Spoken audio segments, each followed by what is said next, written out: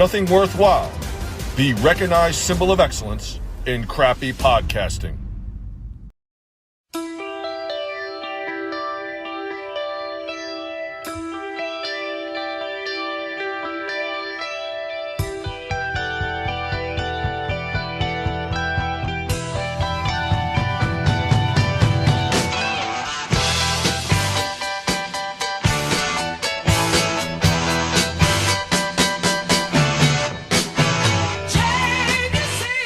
All right, so before we start trashing Howard Stern... Are you taking the lead or am I taking the lead? It's a train wreck already, folks. Well, we are not live via Zoom. We are face-to-face. In the same room. Neutral ground of Merrick, Long Island, New York, at the Hassenbein home. We are America's #1 bi-coastal podcast featuring two annoying Jews. But first, we'd like to introduce a special guest friend of the show. He's been on one time before in our WWF trivia competition. That's right. Craig Hassenbein, say hello and give yourself a little introduction. Thank you. What a honor to be alongside you guys. First, it was great seeing you, and we've had a great last few days. And I gotta say, I'm a fan of the show, as you well know, and so this is going to be fun. And thanks for inviting me. So basically, everybody who listens to the show is in this room. That's what we're talking about. Well, I sure hope not. I hope we have a few more listeners. But he gave us good feedback on the show. That's true. That's true. He likes Nothing Worthwhile the week that was. Yes. We'll keep that segment in. Yes, and I threw some ideas for future shows and a few things that I'd like to hear you guys chat about in the future. So I'll be listening. So look, we're breaking from typical format. We are doing just a roundtable discussion. We're sitting at a table and not a round table. The topic, of course, growing up in New York, it seemed like everyone was predestined in some form or fashion to listen to Howard Stern on the radio. We've had many a spirited discussion, spirited debate. We'll call it the Howard Stern Roundtable. I'll open up to our steam panel. Who wants to start? Break the ice, and let's get the conversation going. Well, we're here. We're in New York. We came in for the 20th annual Mark Zeppelin Foundation benefit concert, which is always our favorite weekend of the year. Indeed. We are staying at our wonderful friend Craig's house. And Debbie and the kids, and it's been an absolute blast. And we've been talking a lot about Howard Stern since we've been here, and it seems we have two camps. We have what camps would those be? Camps Andrew? That'd be Camp B'nai B'rith, Wayne and Chenawanda. No, we have two camps. Basically, it appears that you and I, as we've done on the show before, we are very critical of Howard Stern, the current product, as compared to what it has been and what it could be and what it isn't. Craig has been in comments that he's made and the discussions that we've had is more accepting of the evolution of the show. So it'll be interesting to see what maybe we can come up with something constructive to move forward with as our listenership continues. Well, let's just say, Craig, we're at Craig's house. We'll give him home field advantage. Craig, why don't you start the roundtable? Give us some opening comments on Howard Stern. Yeah, I mean, we've all been avid Stern fans forever. It goes back to high school, probably for all of us. We've certainly listened to all those amazing broadcasts, all the feuds, all the funerals, and obviously probably his golden era of the Private Parts movie time. And, we've been part of it all. I sit now in Howard in another contract renewal era, and the show has changed, and obviously he's working from his basement, from his new home studio, and the format has changed. But I do think Howard at his core is still a very funny, somewhat miserable person, but I think a lot of what he still conveys is, to me, current. It's relevant. I still find him hilarious at a given moment. I think the format is still there. I think if you're looking for kind of best of some of the old stuff with some of the raunchy material, I'm still seeing it. But I am listening to a Howard who's in his 70s or close to his 70s, if I'm not mistaken. And, I take it with that this is certainly a different Howard Stern, but I think it's someone who we've aged with, and he's aged. And I think that's where the show is right now. But I appreciate it for what it is. I do think as far as what he's providing, as far as content, it's significant. While he's only 3 days a week, we're not hearing, there's not a lot of commercial breaks. The shows flow nicely. I can't imagine how many times in the K-Rock era with the 10 minutes of commercials, how much content we were getting. So I'm just appreciative of what he's given us right now. And I know you have different arguments, and I'm looking forward to hearing them. But I'm from the camp where I'm appreciative of what I'm getting from Howard, and I'm still enjoying what I'm getting from Howard. Groo, he's on a great point. Craig said Howard's approaching 70. Why can't he evolve and change? He can. My argument is that he has always, and he still does, sort of pride himself on his honesty and his upfront with his audience, his relationship with his audience. And the fact that the relationship between Howard and his audience has definitely divided over the years as he has gone in a certain direction and his audience has basically stayed what they are, I feel he's been less than honest about that.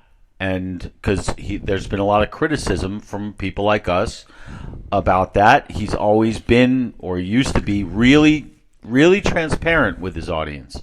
And he's just not transparent anymore. Like, I would respect him so much if he came out and say, yeah, this is my life. I'm a Hollywood snob. Okay, that's what I became. If you had a chance to make $500 million and you had a chance to hang out with Tom Cruise instead of the usual schmoes that you hang out with, you would do the same thing. Come on and say that. I would love to hear things like that. But don't pretend. And to me, the show is it's a show now. It's not. It's not. I don't even know what. Not a broadcast. It's not. It's not a broadcast. It's not appointment. It's not like I have to wake up with Howard. I have to drive to school drive to work with Howard. It's like now it's just a show. Oh, Howard's on. All right. Well, it's not. It's like it's missing so much because of that lack of transparency. That's the biggest issue that I have. And to be honest, I don't listen enough to maybe there's things that I'm missing that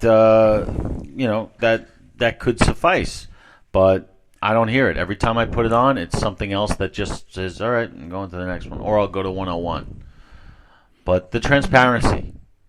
Craig? I don't know. I mean, I think you're confusing lines. I think you're saying content of the show has changed. You don't enjoy it as much as you used to. I think you're entitled to that.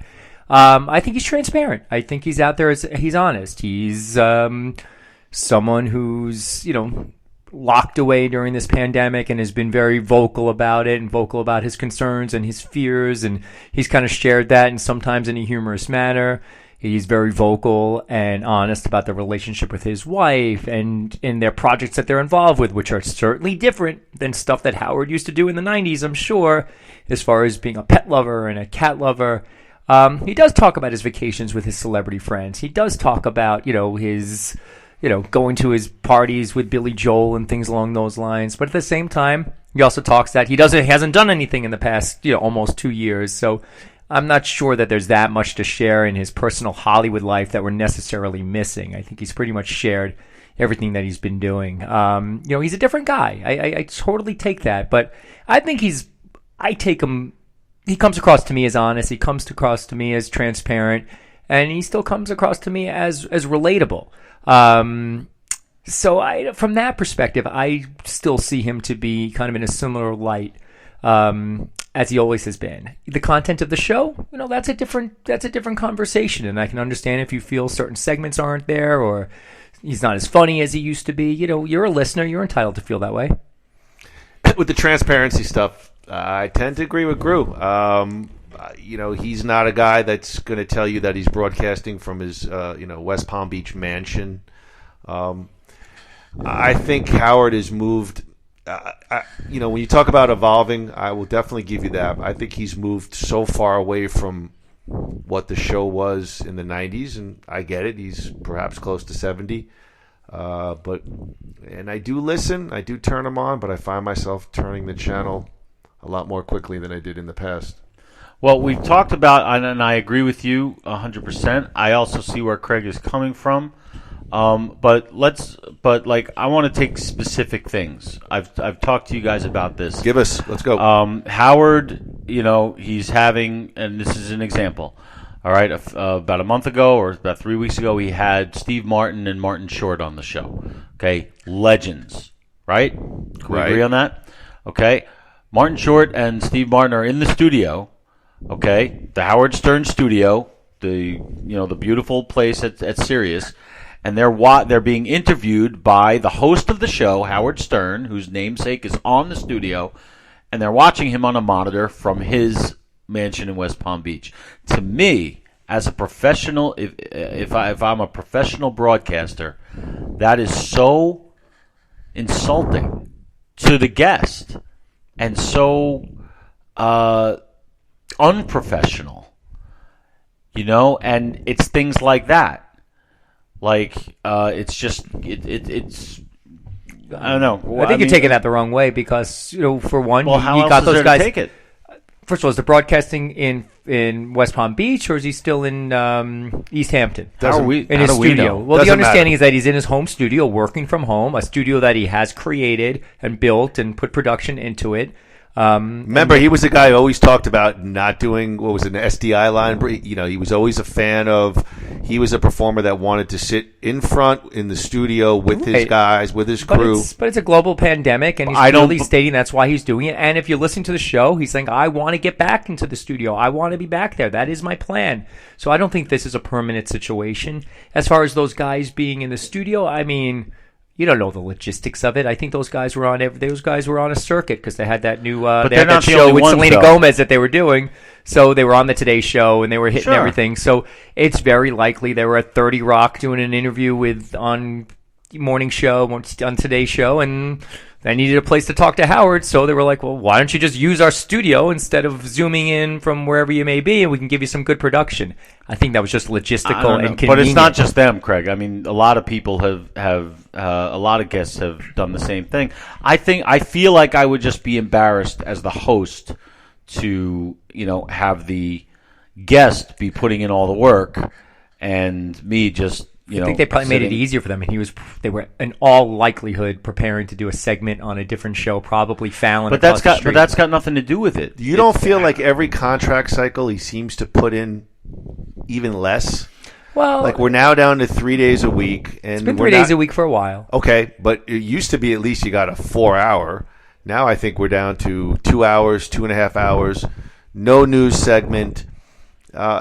A lot of prefab bits where he was never a guy that was sort of bitch driven, very celebrity interview driven, which for my cup of tea I'm not a fan of. It never was really, even back in the day. I like just the interaction of Howard and the crew. Well, now we're talking content, so there's some arguments one way or the other that we could say you don't enjoy the content as much, and I can go back and forth and say, well, I like that, and maybe you're missing this. So, yeah, I mean, there's definitely been some changes. I mean, his deal is his deal. I can understand someone who keeps arguing the fact that I'm done, I'm retiring. Well, we can make you this sweet deal and reduce the duration of your work schedule. Would you take it? I think at his age, and if you were negotiating a contract as you got older and it offered, similar, if not more money, but, more work from home or less hours altogether, that's his business. I think when he is delivering his 100 shows, I do think they're of a quality nature. You made a point on the duration of the show. I haven't picked up on it too much because I tend to listen to him never in a straight shoot. It's always 10 minutes here, 20 minutes here, a half hour there, and I try to just get through the whole show. So to me, it seems long enough. If it's under 3 hours, I'd be surprised. I do agree it's certainly not 4 hours. So from that perspective, I mean, listen, when he reworks his deal, I understand, but he's still at 3 days a week. He's been at 3 days a week now. I mean, we're probably getting close to 10 years on that. So We've come to be used to it. He's on today. He made it. He made it clear to the audience that I'm working Thanksgiving week because it's my gift to my fans. But I think he said, "Thanks, Howard." I think he said it very tongue in cheek and very in nod. It's beginning to look a lot like very in nod to maybe some of the flack that he gets. I think he hears the flack. So, but yeah, I mean, his deal is his deal. I'm appreciative that he just resigns. He says that this is his last 5 years. We'll see. I remember him in '98. The same. Remember he would make us wait till like the last minute because he was still on K-Rock at the time. I remember it was like '98. He was like, we really thought he was leaving. And I think this was the first contract cycle where he kind of didn't even tease it out. Right. Even the last one. Yeah. I think he had Marianne from Brooklyn on. She was screaming. Didn't this they one, do I feel like that Sopranos ending on one of the shows? Yes. I have an announcement for you. Yes. Boom. Yeah. Well, then let's talk about the content. Well, wait. Can I just put a cap on that thing real quick? Just because what Craig just described, that's not what we were sold when the move to Sirius happened. The whole thing was this was going to open up the show to bigger and better things, even bigger and better than before. Not less content and less of this and less of that. And, the whole thing was now we can be free and do all these incredible things with this incredible medium. And instead, have they adapted a less is more show philosophy? Well, you're talking about, let's say, 101 almost had a semi-consistent slate of programming. Several of the regulars and members of the Stern universe would have their own shows. What are your thoughts? They've really peeled it back now to just straight up Howard Stern related, Howard Stern only content. Right. The 101 stuff, yeah, I mean, that's interesting because when they did kind of launch this, like really launched in 06. Did you listen to any of the stuff? I didn't love a lot of this stuff. I wasn't a big Bubba guy. Time? I didn't. Well, even, but they had a lot the of Jackie show didn't really one-off, Pharrell. They had Pharrell. They had a lot of people in the tangible, related Stern universe. Andy Dick had a show. Yeah, it was like a Stern network. They had the Friday show with Ralph. They had the Geek Time. With Friday Ralph show with Friday show with the guy from Cheers, Jay Thomas. Yeah. Penny Crone used to be on there. He was still on, and then he passed away. So I think. Well, I think the last two regular shows on 101 were Riley and Jay Thomas. Yeah. Riley passed away. And they both died. Yes. As far as that network, I mean, don't get a show on 101 is what you're trying to say. I do think there was definitely I think, in the onset, I think a little bit more optimism that he was going to build out this Howard network, and a lot of that content has obviously been pushed off, and 101 is consistently a best of format, and occasionally you've got all the the recap shows and the Rassans and the things like that. So I hear your argument on that. For me personally, though, I didn't listen to a lot of that content or didn't enjoy a lot of that content. It reminded me of K-Rock when David Lee Roth had a show. He still wanted it to sound like Howard, but right. But even the regular show, it was supposed to be bigger and better, and instead it's gotten smaller and worse. Well, I think right now it has a smaller perception because there's less resources. He's working from home. He's not utilizing the guys as much. But like you said, it started over 10 years ago, which is only 3 years into his original Sirius contract. But let's just talk about the show itself. I mean, if you're really upset about not having Bubba and some of those shows on, I guess you're entitled to be upset about it. I don't think much that I don't have Jackie's joke hunt. No, I don't care about. That's not my. It was cool it's cool that Jackie was on the network. Yeah, but, I did listen to some of those shows. But I never, Sirius as a whole has other content. When I'm not listening to Howard, I think they have so much other programming. That's true. And I continue to spend on it, and didn't take your advice of trying to negotiate it down. I tried to negotiate it down. They said, "Okay, sir, we'll just cancel you." And I said, "No, wait, I'll just keep it. Forget it. I'll think about it longer." Somehow that didn't work for me. So may I just let everyone know I did call SiriusXM threatening to cancel my membership, and they promptly reduced my fee by $200 for the year. And you know what's interesting about that? Because I mentioned when they asked me why, I did specifically talk about Howard reduction in the show. And but you were willing to go all in if they said thank you, sir. You were gone. Me, no. Most likely, yes. I would have definitely thought about it. But yeah, I was ready to move on from it. They called my bluff, and I got scared. But you can't. But even if they did, you could still sign up anytime you want. But the point is, you can't cancel your membership with you got to call. You can't. I did call. No, I know that. It's very interesting. A lot of on hold. They don't make it easy. My freaking he's chewing everything. Oh, get it out of there, Goldie, the dog. Hi, dog. Goldie Shango is chewing on the wires. Now she's back to my shoelaces. Is she gonna wreck them? No, it's fine. Let me ask you a question. Let me refocus a little bit. You're talking about the content. What do you think of the wrap-up show today versus when SiriusXM first started? It was like a show that all the cast members were on, and now basically it's just John Hine, Gary, and Rasan. What do you think about the wrap-up show today versus when it was early on? I mean, I don't listen to a ton of the wrap-up show, just because after I do try to listen to the entire broadcast when it's on throughout the day. I do find little times throughout the day to get the whole thing in. So the wrap-up show, sometimes I catch it here and there. I was never a big fan of it. I think they're okay. I like hearing Gary's take. I like John Hine. Rasan, I mean, they're all fine. But I'm not a huge, loyal listener to wrap up. But what I've listened to has been good. There's been some good material. They seem to kind of know what they're talking about. Rasan seems to kind of at least be well researched as far as what he's presenting. But I could take it or leave it. I haven't heard it in a very long time. I knew you were going to say that. Why? Well, if you're not listening to the regular show, who wants to? What's the wrap up going to do for you? Well, there were times when it was more fun to listen to the wrap up show than it was. I agree. To the main show, but I just haven't heard. It just seems like every time I get in the car and I put it on, it starts at the same thing that I was listening to before. Kristen Stewart or Jennifer Aniston, whatever. I can't seem to escape. The things that I don't want to hear. Well, if we're talking about content, I mean, I'll go there first. On the opposite end, I think the show has kind of lost its edge. I don't think it's really appointment listening, and it's sort of homogenized. And I compare Howard's show. What's going on here? Nothing. He's just chewing Taking the off crap your out. shoes. No, he's chewing the crap out of my shoelaces. Dog. The show's become homogenized, and again, this might be a bit of a push, but Howard's show to me is no different, really, at this point than any other happy talk morning show. Minus the fact that you get perhaps a Jeff the Vomit Guy segment that's overproduced, and it just.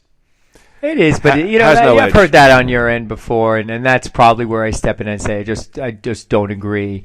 Sure, there's, if you're still looking for some old school humor, some old school raunch, there was a whole, Jeff the Vomit Guy segment all this past week. There's been a ton of high-pitched stuff. This past week, he's been, recapping the best of the Whack Pack and going through some of our old school characters and playing all sorts of drops from those guys.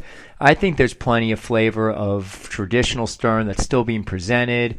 If you like some of the down and dirty stuff, the Ronnie stuff gets played, and I can take him or leave him from time. But at least from a content perspective, that's not stuff you're hearing on The View. Now, if you want to take into account, some of the long-form interviews, some are better than others. Some guests are certainly more interesting than others. And, I think, it's okay to tune it out. But I think in the course of a 3-hour segment that he's bringing, there's plenty of old school humor.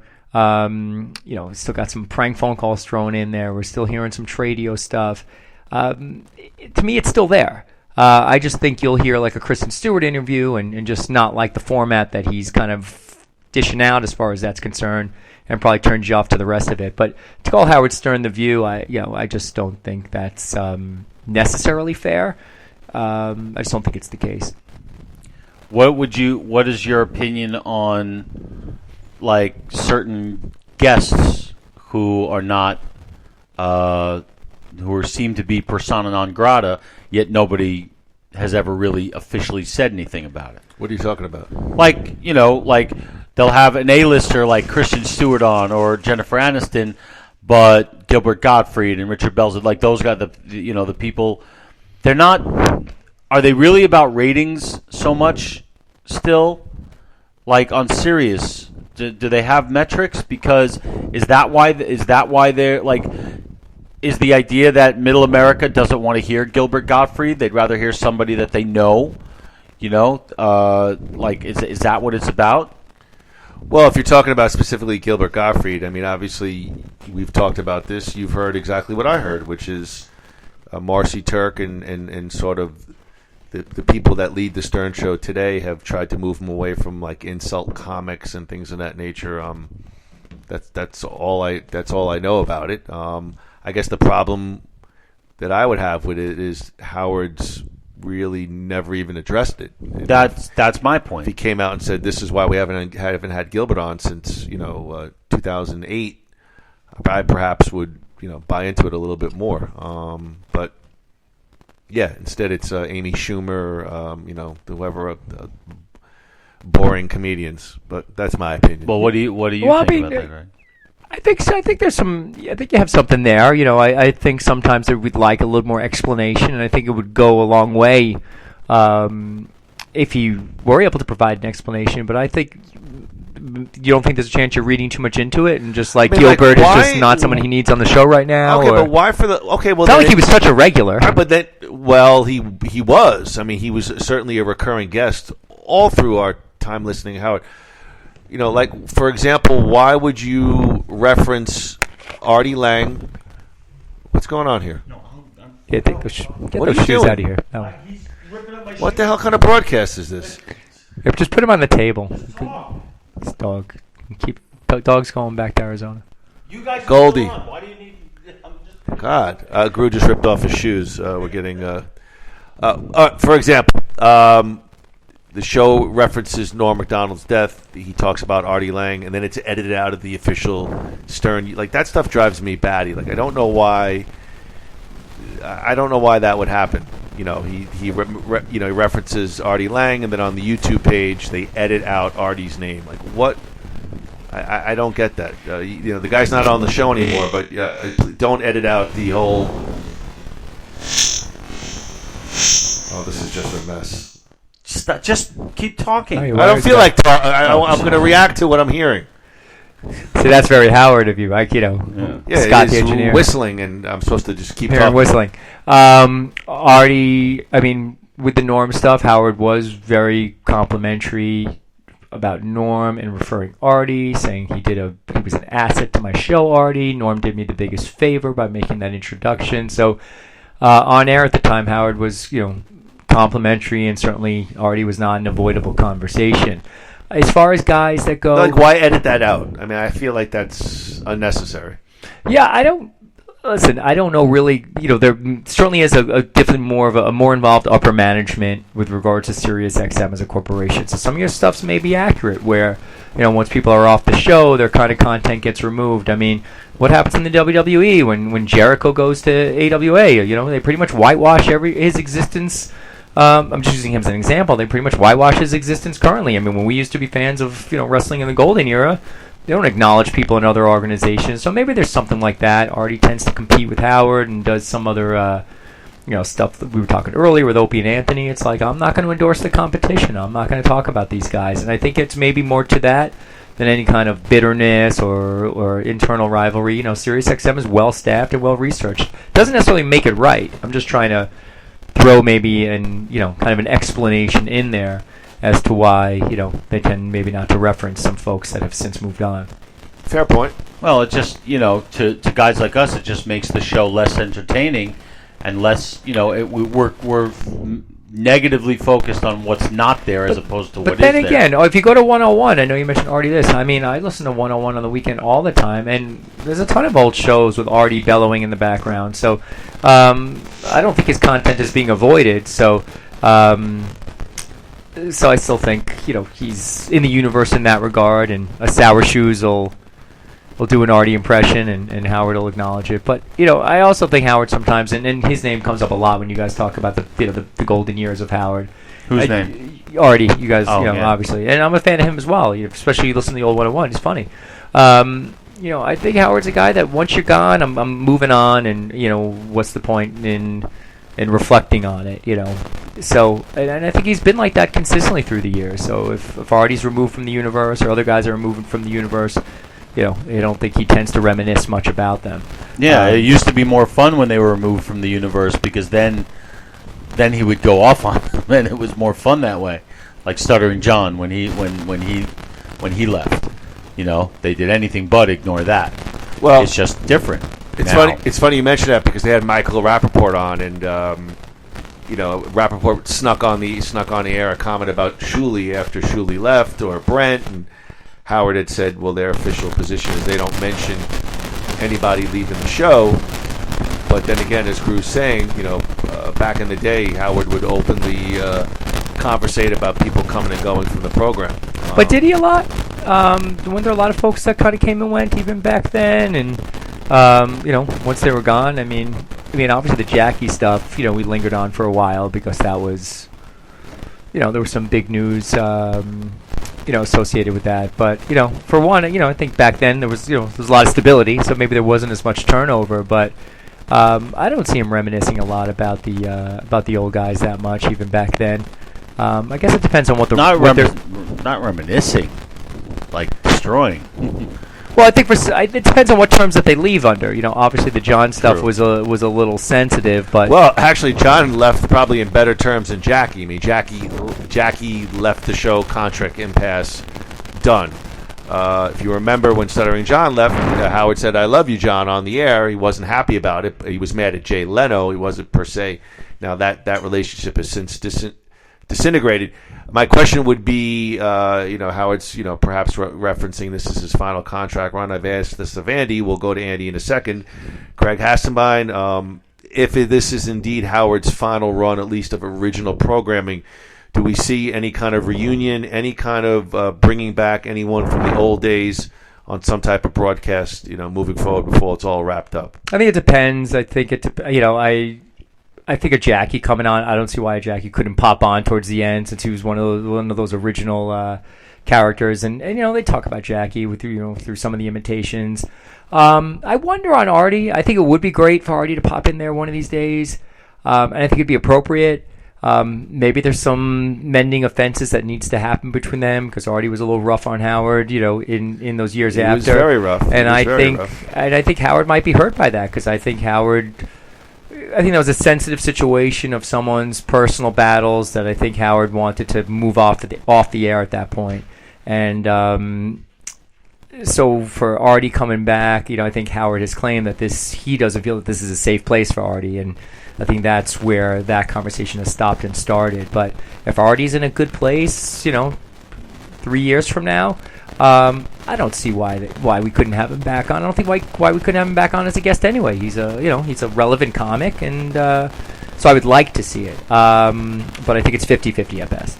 Groo, Craig says 50-50. Your thoughts on a potential bringing a call back to some of the old Stern regulars? If I recall what I said when you asked me that on a previous thing, I think on some level it will happen, but I can just as easily see it not happening. If one thing that the show does surprisingly is its lack of surprises. You know what I mean? So I think it will, but I wouldn't be surprised if it didn't. I would love to see it, but then I can't. I would love to see it just to see how awkward it would be. But coming off something that Craig said about people he wanted to move Artie's troubles off the show. It's like Howard used to talk nonstop about people's frailties. Now that doesn't mean that you can't evolve away from that. I understand, but it was never Howard's style to just ignore it to his audience. I think you're talking about two different things. I think number one, you're talking about a guy that tried to kill himself. Yes, that's pretty that's serious true. But stuff. Howard has I think Howard walked through a lot of when Artie was on air and going through some of his struggles. Yeah, I think they certainly addressed it. I think it was probably, that last situation that took place. It was probably a point where, I think, Artie needed to remove himself and, probably. What was the last straw? What was it? I mean, before he tried to kill himself, he had been away from the show for a little bit, right? Yeah, I think he had the Teddy fight. Was fight. One that was a pretty big deal. I remember even on the Opie and Anthony, I remember tuning over and they were talking. I mean, that was pretty big news in the satellite world. But I never really bought Howard's sort of like, I didn't know. I mean, you could see the guy disintegrating in front of our very eyes. I mean, clearly there was something wrong with him. I think you're talking about two different things. I think there is definitely a seriousness to what Artie went through. You could see what he looks like today. He's paid a heavy price. I think these are waters that Howard would have to negotiate carefully. With that being said, you've had a long period of time, and I agree with Craig.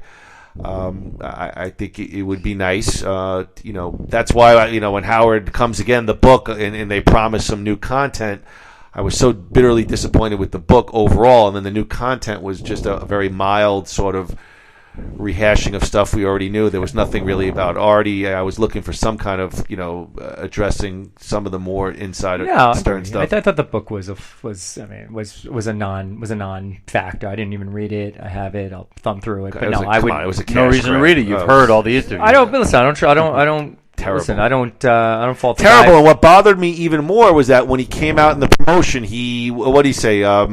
Private Parts and Miss America were like the worst pieces of. And I mean, I was never so excited to read a book in my life than Private Parts. And it was disappointing to hear Howard come out and kind of kill that old stuff, which I think is perhaps not where he is today, but classic stuff in my mind. Especially Private Parts. Forget the new book. It's like chalking up to like an artist doing a greatest hits album. With nothing to it. Throw some in there. We'll get some money. As far as him, I didn't hear him putting down his first and or second books. Both great publications. Enjoyed them both. Have them both upstairs. Maybe it's something because Private Parts, the book and the movie are a tribute to his first wife, and maybe that's just subject matter that's. Do you think that's what it is? Well, the movie clearly is. They've called it a love letter to his first wife, and he always portrayed himself as a very happily married guy. Obviously, his personal life shifted at some point, and some of that history is. Do you think not it's specifically about his wife, or specific to the edgy content that's presented in those I didn't hear books? him make that comment, so it's tough to me. I'm asking to you. kind of rip on he it. didn't comment on it. I know where I stand. I don't know where you stand. I think a lot of that book was on the Whack Pack and some funny stuff. So and a lot of Private Parts, especially, it's similar in the movie. Obviously his road to success and some of the roadblocks that got in the way. So hopefully his comment on that is just kind of a tongue in cheek, kind of dig to get people to like the new book. I didn't really hear much on it. I know he continues to praise his current movie, or his one movie that he did. So. So I'm not too much on that, but I think, listen, I mean, as far as the content, and we can dig a little deeper because I know kind of what you feel, and I know kind of the stuff that you used to laugh at. He used to get on a celebrity guest, and I remember him like just beating on Alan Thicke and asking him all sorts of questions about like peeing in the shower and all sorts of just juvenile humor. It was funny. Did his stepson hook up with his wife? It was funny with his wife. It was funny. It was Howard, probably in his 30s or 40s. Still kind of younger than we are today. Acting just kind of aggressive and immature. And in listening to some of those tapes, and they did play it. It was on 101, not recently, but sometime in maybe Alan Thicke had recently passed away, maybe along that time, but. The interview was uncomfortable. I mean, it was, you felt bad for, in this case, Alan Thicke. It was just hard-pressed, embarrassing questions, and he used to do that a lot. There's no doubt about it. He used to do that a lot. And I think as a result, that's, he was getting guests that may not have been, kind of in that, upper echelon category to the extent we were interested or not. But, I do think he has evolved from that. But I think it's been an evolution that we've seen for a while. And I think it happened even in the K-Rock era. I agree. He gets someone on, and he started asking more serious, cutting questions. And I've enjoyed, the Billy Joel and those Paul McCartney interviews. I do agree some of the more recent ones were a little bit redundant in question from the last time around. and that shouldn't happen. But I do respect the fact that if he's going to get someone interesting, you're going to get a really interesting 1 hour insightful interview into their career, their opinions. Certainly a lot more that you'll get in any kind of talk show format. So, if you like the guests that he's interviewing, I think there's a lot that could be gathered out of it. Like the Eddie Vedder one, I thought from last year, I thought that was great. Well, I agree about the K-Rock comment. I've always felt in a weird way that first Paul McCartney interview was, I've said this on the podcast, was almost Howard's jump the shark moment, not for Paul McCartney or not for the interview, but it was like that first A-level guest that was unattainable that Howard got. And and again, it was a much more straightforward interview that I can't say I enjoy. I'm not here to say, going bonkers over Alan Thicke is, I enjoyed that either, but I like the sort of the edginess, and I find most of the celebrity interviews now, they're celebrities I don't really care for. They're very homogenized. I feel like Howard clearly would give in to any kind of publicist demands about questions or comments that they didn't want to be covered. That wasn't the Howard Stern I knew growing up. And again, it's the same therapy, politics, COVID. It's the same, therapy. I don't know why it bothers me so much, but it drives me batty. I don't think he beats us on the therapy too much. We don't really have much Kristen Stewart with the therapy, and if they say, well, I did it one time. It's the same. The COVID is his reality that he deals with right now, and there's no doubt there's political aspects to COVID, and he clearly has a side of it that he's on, and I think that does alienate certain people that have different opinions. That doesn't necessarily make it right or wrong, but I do think he has... I say it's wrong. I do think he has drawn... Because it's you would think, listening to Howard, we're back in 2020. There's been no he's still, and it's projecting like stay at home. And if a guest goes, well, I went to a dinner. Well, I think he has fun with that a little bit now. Or he is like, oh, Ronnie, you went to dinner in Vegas with 10 people. He's like, He's like, we had our masks on. Then we got to the table. We took our masks off. Then when you get to the table, I think it's him having fun with it. I think he does project it from the fact that there is a level of neuroses in his world as it relates to it. I'm a germaphobe. I'm afraid. I don't want to get as sick. My parents are in their late 90s. I think there's an aspect to it. His wife socializes more, and he kind of pokes fun at it. So it's who he is. There's definitely some neuroticism to it. He's certainly not rebellious as he used to be. But I don't take that to heart too much. I think it's part of the character that he is now. But it's not. I think the show certainly does sway a bit in a few different directions, and I think more so in recent months. It's been less focused on what's going on and him working from home, and I think the content has shifted a bit. And like I said, in recent weeks, we're more nostalgic about Whack Pack, more nostalgic about some of the more raunchier characters. I want more sour shoes. I think he wants more sour shoes. We just got to get that guy. But I agree. Howard is not as aggressive. He doesn't beat on his people as much. He certainly does not beat on his guests as much. But I think if he were to do that, I just think there'd be a lack of kind of genuineness in this. It would come off as forced. I think Howard in his late 60s has kind of calmed down a bit. And I think you have to, maybe give him that much and say, listen, if he was to come on and just rip Gary for, kind of glomming, I just think it would come up as forced and maybe redundant. I don't mind him talking about the current situations because he always has for forever. Like that, like that's part of what he does. What bothers me is, as I've said before, the less content, the limited content, like all the barriers that seems to have been placed on the show. Him talking about what he feels about, like if he's bitching and moaning about something, that's the old Howard. I enjoy that. So if he's bitching and moaning about COVID and about these people or that people, it doesn't matter if I agree with him or not. He is entertaining to listen to when he is commenting on things like that. I don't take it seriously as far as my own opinions. But it's the other barriers. It's the barriers to certain guests. It's the barriers to certain material. It's the the limited hours, the limited days, all of that in Right, with the in limited one days and package. hours, I can't kill him on. I think he's entitled to work out the deal that he wants to deal. From that he wants to home, work you with. can do 5 days, 3 hours a day, I sitting know, in but your it's still fucking work. basement. But you it's know? still work, and it's still listen. I mean, TV shows get their 14 episode schedule, and Shit, you know, we're sitting here doing this for free, and he can't do it. He gets paid $500 million, and you know. I mean, listen, this professional. show's going to be almost as long as I know, but a professional baseball pitcher pitches, once a week, and everyone has yes, their but a different professional schedules. baseball pitcher, he can do something that 99.99999% of the rest of the world can't do. I just can't kill him on his deal. You know? His deal's his deal, and I think at his age he's allowed to negotiate and structure the deal. I know I'll jump in on the summer.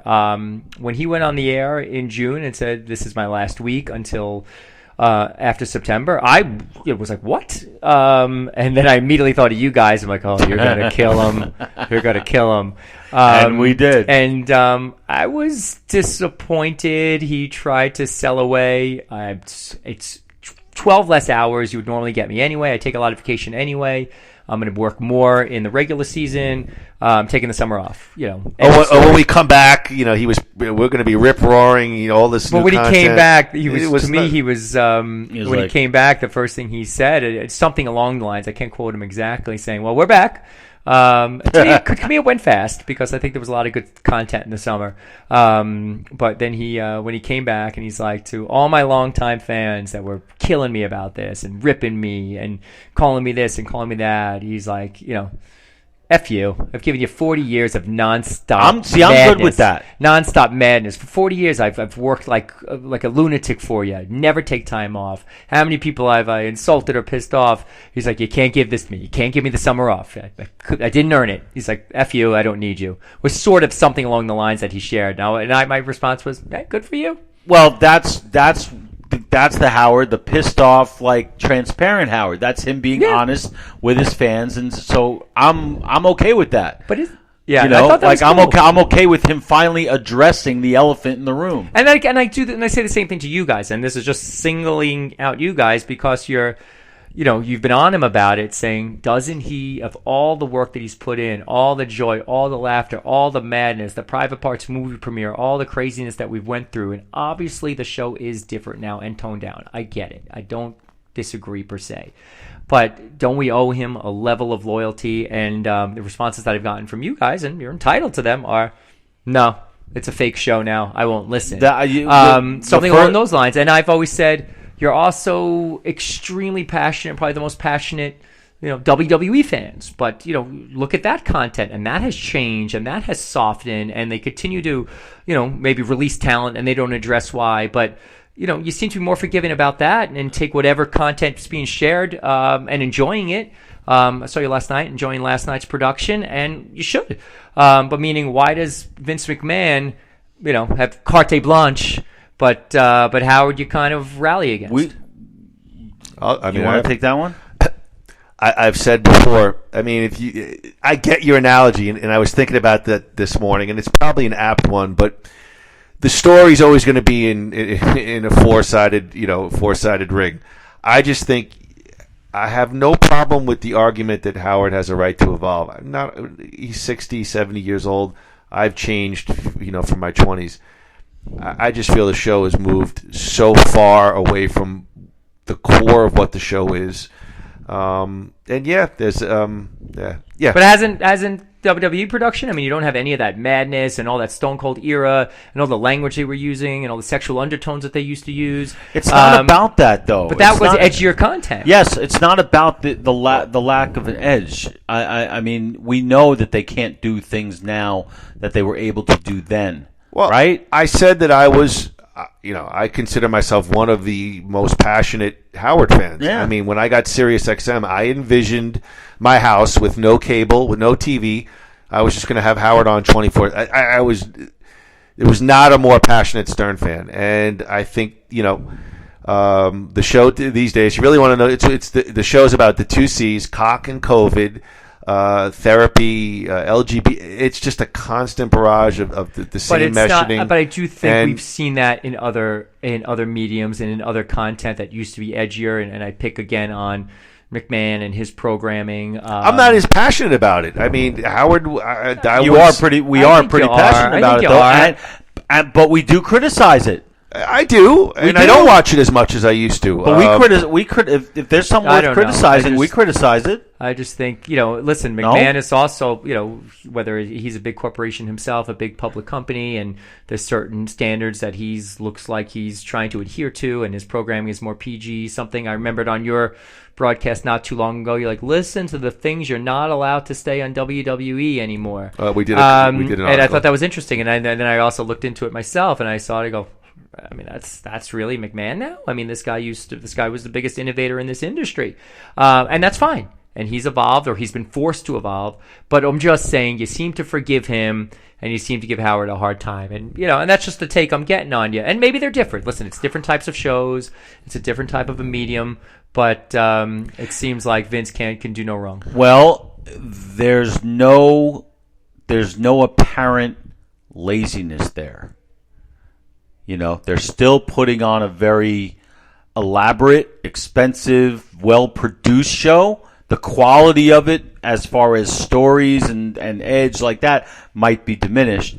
But they work their asses off. And they're still on every Monday night, every Friday night, and one or two Sundays a month. Continue to fire people while their profits soar. That's true, too. And we have questions about that as well. But the content is still being rolled out constantly, and it's just getting, and the quality, I guess the superficial quality of it just keeps getting better and more innovative. Okay, while the Stern Show is basically, all right, we're not doing this anymore. We're not doing that anymore. We're taking this down, and we're cutting from 4 hours to 3 hours. You weren't shocked when they just phased out the news segment without really any explanation? I was surprised by it, and I do think an explanation it should be presented. There's a disappointment there for sure.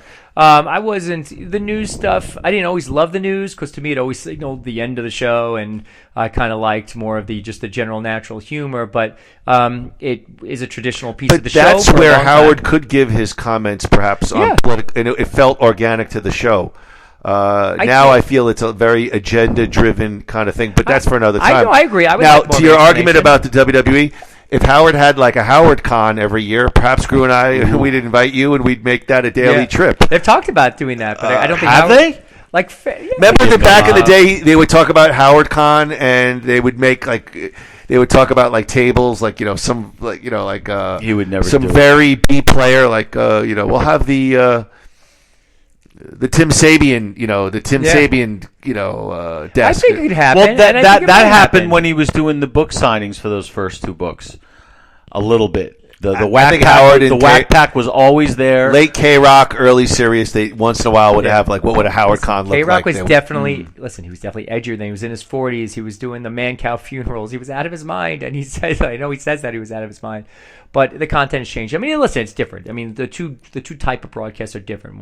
Between WWE and what Howard's doing. Howard is still a one man show by biographical presentation. Autobiographical presentation on a daily basis, and the show is pretty much directed by what he wants to say and what's going on in his life for the most part. So it's a little different. It's pretty much a one-man show where. Do you miss the old days with the extra voices? Do you miss whether it's a Jackie, Artie, a Shuley? Do you miss the other people peppering the conversation? Oh, because of the content is now. Going back to the Robin it part, is him and Robin. Going back to the Robin part again. I agree. It would have been easy to say, due to these things we're pulling back the news format for now because No, I'm just talking about the day-to-day broadcast. Do you miss the other people kind of chiming in? It's basically now Howard and Robin. It used to be Howard and Robin. Right now it's Howard and Robin, and then if something comes up, boom, someone comes on the Zoom, and it's this is the technology we're dealing with now. But Fred's there, and the drops are funnier than they've ever been, in my opinion. Really? I think the drops are great. I mean, sometimes they're a little redundant of late, but. If anything that's getting me that cracks me up every day is certainly just even the most subtle little every time Gary talks and you just can't hear anything except so I still think there's that ensemble there. Yeah, you don't have the Arties or the Jackies or the Billy West or kind of sitting in studio chiming in as much as they used to. Maybe when they go back to studio, and I think they will. You think they will? He wants to. He's made it clear that that's what he wants to do. He's like, let's get this out of the way so that I can get back in the studio. I think he wants to be in the studio. You think he's serious? I think he is. I think it's something that... He has said that? I've never heard him say that. I want to be back in the studio. How many years is on this contract? He must... I think he's still in the first year. Yeah, it's pretty recent. So, a 5-year? It's a 5-year contract.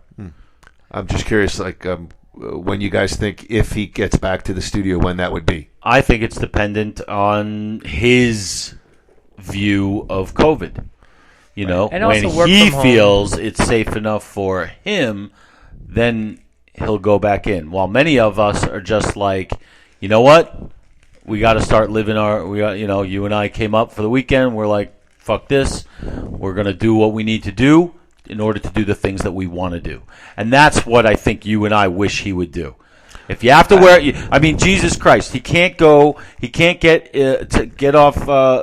down the driveway of his huge estate, get into his insulated car that Ronnie is driving or whoever's driving, get right into the studio, which is completely nobody could be more protected than him doing that show from the studio.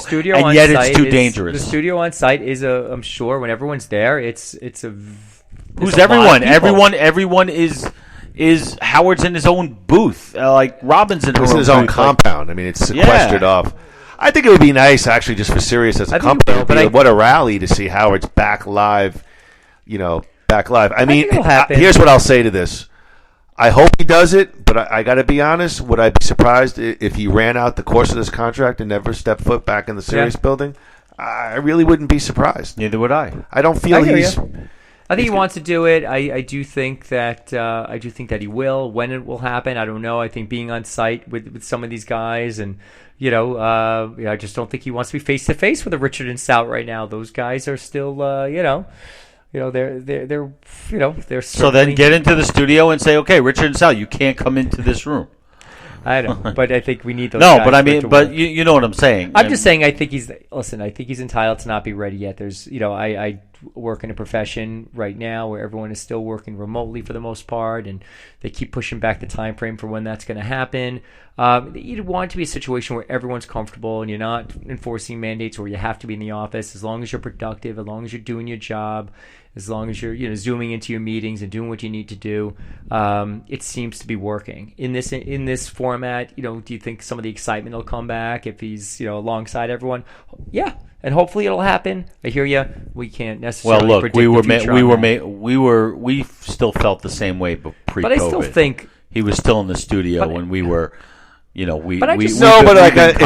to Craig's comments, when Robin finally made it back, it felt like a little burst of adrenaline for a short time anyway. Very good when she came back into the studio. It felt like the shows had a little more verve to it when she came back live. But take away the interviews. Okay, I hear your comment in the long-form interviews, and you've been like that for a while, long before Howard maybe even lost some of his edge. So just take them all out. Go ahead. I understand if you don't want to listen to Jennifer Aniston or Emily Ratajkowski. What about the current content? And forget the duration, because I think you're picking up duration because there's no commercials ever. So I think you're getting time back. What about the current format of the show that you don't like? Today, for what I've listened to so far today, to me there was a lot of just obviously ranting about his love for Beth at the start, but it's honest, and some you can take it or leave it, but there's a few little make fun quirks here and there. Then he goes into a whole Bobo rant about the 9/12, and that went on, and that was funny, and Bobo chimed in. It's redundant. A lot of that stuff we used to do was always redundant. How much, even all this stuff's redundant when he's dealing with the characters, and then goes into visiting on site his parents, and the report today seems like obviously they're certainly very senior, and he's very supportive of that, but also very funny with his imitations on that. So to me it was just a lot of usual Howard rant, but to me there was some edge in it, there was some humor in it, there was a lot of imitation. There certainly wasn't any long form interview. There wasn't any complaining about his neurosis or his I don't know, not a lot of it, at least. To me, I guess, what are you really missing? What do you want to see back in the current format that's not there? And there's probably a lot, but let me know what you're missing, taking out the interviews, which maybe you would take or leave anyway. You want to tackle it first? Well, it's not so much what's missing for me; it's what's there. Meaning that when I listen, I can sort of sense the specter of censorship. Meaning not so much censorship of like bad language, but censorship of you can't do this, you can't do that. So I can't help but feel that that he's got handcuffs on, or that somebody's got handcuffs on. That's what the show seems like. It seems like a Ferrari that's sitting in a garage, revving up, trying to get out, and it can't get anywhere. That's the feeling I get, and I don't know how to remedy that. I would say, do I want to see, old bits come back like Guess Who's the Jew? Of course, that's never, ever, ever, ever going to happen. But it's more like it just feels like a very restrained and limited program. And on that basis, it's not very enjoyable anymore. So so like I said, it's not so much what I'm missing; it's what I'm experiencing when listening. Content for me, I've said it before, and I'll say it one more time, and this is just my take on it. Very agenda driven, belly the same messages over and over again that I prefer. I don't want to hear. And to Andrew's point, I think there is a lack of spontaneity. Everything is sort of prefabricated. Even the stuff, let's say, with the Whack Pack, it's all prefabricated bits that are pre-edited. Howard's broadcast now, which has been accused of, is very similar to a podcast. There's even talk that perhaps it's not even live at the time it's being presented. I won't comment on that. I'm not sure, and I'm not sure I even care. But very message driven, and it's very guarded. There is a lack of spontaneity. We were talking about off the air, even with the Whack Pack. It's never somebody calling in live. We interviewed Asian Pete, and you're going to get your little 45-second bed. The vomit guy, you're going to get your 40-second. Everything is bits, and that's not the Stern Show I grew up on. I don't know. I still think those Whack Packers come off as genuine. I love, but what I'm trying to say is, though, everything is sort of pre-edited. Everything has been pre-approved by Howard. The calls are either, again, it is just my opinion, they're either backroom plants, or they're very heavily pre-screened. They're going to say what Howard needs them to say, so that there's minimal controversy, and move whatever message wants to be said across the broadcast. I've said it. It's the last thing I'll say content-wise. I almost always, I used to always, now I still admit I turn Howard on. But, hanging in there with the show these days, sometimes I will, but a lot of times I'll move on to other stuff, and that saddens me, because I'd like to think I was one of the biggest Howard guys. You were. I have a question, though, for you. When you say agenda driven, what exactly do you mean by that? COVID. People may hate me for this. That LGBT. It's just a constant hammering over the head. Therapy. A lot of political stuff that on an entertainment show. I don't think he hammers it, but I think he certainly makes his stances certainly quite clear. And I think, from a political perspective, obviously things are more divided than ever. So if he's particular on one end of it, that may alienate, fan base. But, I guess that's happening, throughout all sorts of medium. Obviously certain news outlets are more one-sided than others, but if you can eliminate that and go into it, I think sometimes when I hear you guys, you think there's kind of a greater conspiracy from upper management and things along those lines. And serious, actually, I feel like I've pared it back. I think this is the Howard. Perhaps this is what he really was, and I won't not acknowledge the Marcy Turk, but I think. And we talked about, there was even some articles and stuff that said, don't blame Marcy Turk for Howard. It's Howard. And I think maybe there is some truth to that. This is maybe what he really was all along. And I've said on other shows, other podcasts, then when I hear the old stuff, I'm like, wow, is that really him? Or is that him putting on a personality to kind of get to that level. Scary. I think it's different. I certainly think there's things in upper management. I think he's finally in a situation where he's in an agreement with management, not like in FM days and terrestrial days where it was always combative. I think he's saying we're going to pay you this money and this is how it's going to look and we want the format to be a little bit more like this. I think he's probably sat down and said, okay, we can agree for it to be like that. And he's like, let's, maybe we'll be careful about certain topics just in case because of the national platform. We don't want to see any apologies having to go out. So I think he tries to be careful, maybe more so than he could in the past. But I think it's probably more from a position that he's probably finally happy in his management situation and saying, I don't have as much shackles on me, and but I'm willing to work with you. You're certainly compensating me well. So you don't think it's ironic that in the Cell job, and it was a long time ago, so I grant you that. But in 06, 05, when he went to Sirius and this unrestricted, he had complete platform, the show feels to me more constricted than ever. That was my point. No, I don't think it's constricted. Than really ever. Not uncensored. It doesn't feel. But what? Even when it was constricted back at K-Rock, part of the fun of it was like Chiasano coming in and like them having to fight that those was part battles. of a different angst, so that doesn't exist anymore. So, Okay, fair enough. Okay, but as far as I think, there's probably some company line that he does, try to stick with, and I think for what he's being compensated, I understand there's probably something in place there, but I just don't think he's as angry for obvious reasons. I don't think he has any reason to be rebellious for obvious reasons. And yes, there is an aspect to him that has certainly gotten A-list in Hollywood, because that is the case, and I guess that just becomes unavoidable when you become an A-list celebrity. But at the same time, I still think there's a part of him that's still in Roosevelt and Rockville Center, and you still kind of get that from him. I don't think you can begrudge him being friends with Jimmy Kimmel and George Clooney. Although, yeah, it's probably not the Howard from the mid-'90s. He didn't have those friends. So that's, I think, just part of the evolution. And sometimes you can kind of see the humor in that and see the inside nature of that. And I liked his George Clooney interview, because I think, for just throwing that out there out of nowhere, just because he's a pretty popular guy, and to me, he's a pretty interesting, well-spoken guy, and I think Howard gets a lot out of him about like how he gave millions of dollars each to every one of your friends, and Howard breaks that story, and then he can go on other formats and talk about it more comfortably.